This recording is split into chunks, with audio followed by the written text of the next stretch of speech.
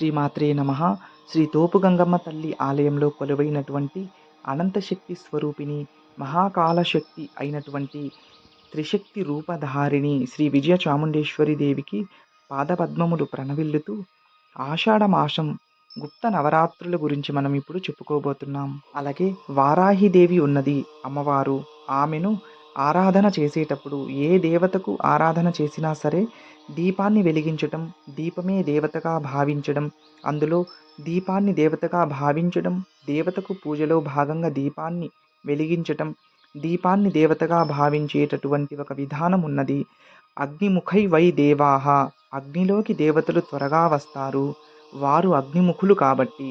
అలా వారాహి దేవికి సంబంధించినటువంటి దీపవారాహి విధానం అనేటటువంటి ఒక ప్రత్యేక విధానం మనం గమనించవచ్చు.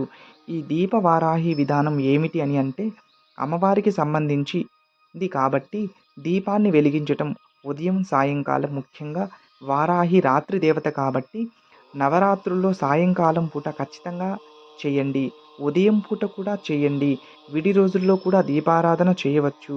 ఇంకా మీకు ఏదైనా స్థలాలు, పొలాలు, ఇల్లుకు సంబంధించిన ఇబ్బందులు కనుక ఉంటే అక్కడ నుంచి తీసుకొచ్చిన మట్టిని ఒక ప్లేట్‌లో పెట్టుకొని దాని మీద వారాహి అమ్మవారి దీపాన్ని పెట్టి, దీపం వెలిగించి, అమ్మవారి ద్వాదశ నామావళి చదువుతూ, కుంకుమ అక్షతలతో పూజ చేసి, ఆ మట్టిని తీసుకొని అక్షతలు, కుంకుమని కలిపి, ఆ మట్టిలో కలిపి, అదే మట్టిని ఆ చోటికి మళ్ళీ తీసుకొని వెళ్ళి, ఎక్కడ నుంచి తెచ్చామో అక్కడ కనుక చల్లితే అమ్మ అనుగ్రహంతో తొందరగా పనులు అవుతాయి.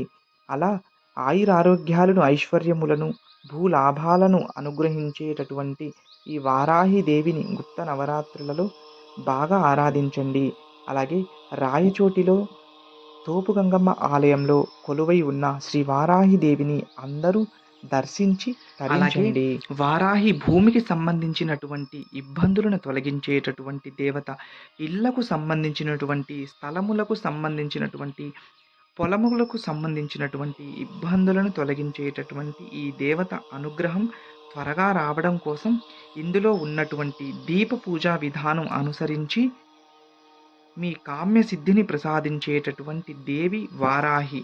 ఈ దీప పూజ అనేటటువంటిది ఎవరికి వారు ఇంట్లో కూడా చేసుకోవచ్చు. అమ్మవారి కొన్ని నామాలు ఉన్నాయి, అవి చదువుతూ చేసుకోవచ్చు చక్కగా. పంచోపచారాలలో భాగమైనటువంటి ధూపం అమ్మవారికి చాలా ప్రీతికరమైనది. కెమికల్స్ కలపకుండా ఉండేటటువంటివి చక్కగా గుగ్గిలము, మైసాచి, నల్ల సాంబ్రాణి, ఇలాంటివి చాలా రకాల సాంబ్రాణులున్నాయి. మనం అవి గనుక అమ్మవారికి ధూపం నివేదన చేస్తే మన కోరికలు అనేటటువంటివి శీఘ్రంగా తీరుతాయి. జై వారాహి, జై జై వారాహి.